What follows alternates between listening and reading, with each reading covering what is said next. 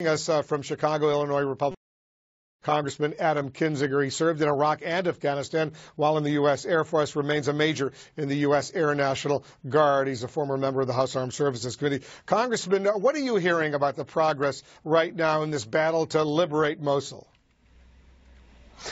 Well, it seems like the front end of this battle has gone pretty well, but keep in mind, what you have right now is outskirts. It's not the main part of the city, the second biggest city in Iraq, which you can compare to, Milwaukee or something like that in terms of size. The real question is going to be, does ISIS decide to stay and fight to the end? In which case you have a, block-to-block fight. You're looking for booby traps, IEDs, and it'll be very slow going.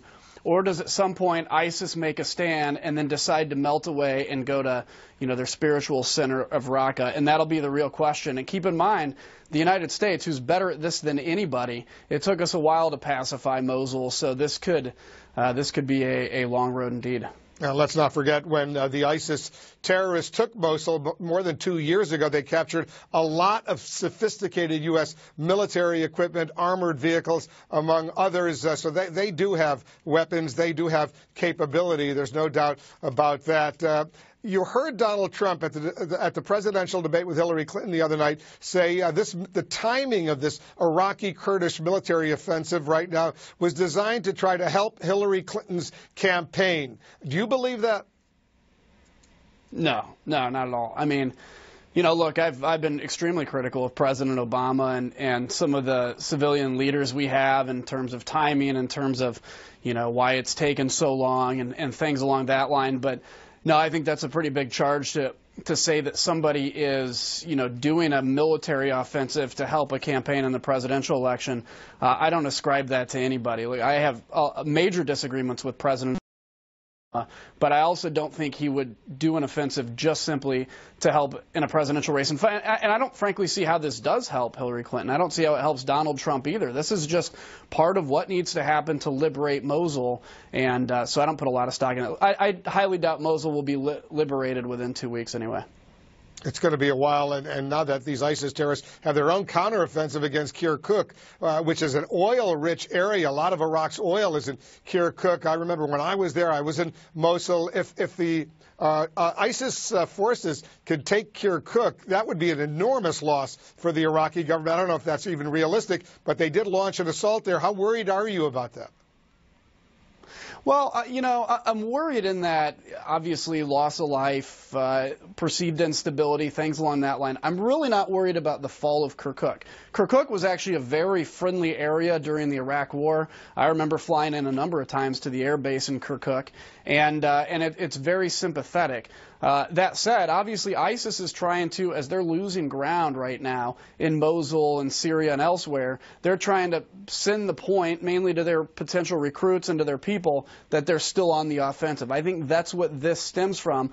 I'm not overly worried about, a fall of Kirkuk, basically, but I do think we have to be aware that they are going to lash out. And that could include, by the way, lashing out in Europe, lashing out in the United States, or other places in the Middle East. It's very likely. And I know there's great fear that the ISIS terrorists, they could launch attacks against the oil fields, blow up oil fields, blow up a dam, if you will, cause enormous grief for the people of Iraq. Let's talk politics for a moment while I have you, Congressman. Mark Meadows, he's a congressman from North Carolina. He's a Republican. He says the House Speaker, Paul Ryan, could have some trouble staying in that position because of his comments, his lack of support for Donald Trump. But listen to what Meadows says.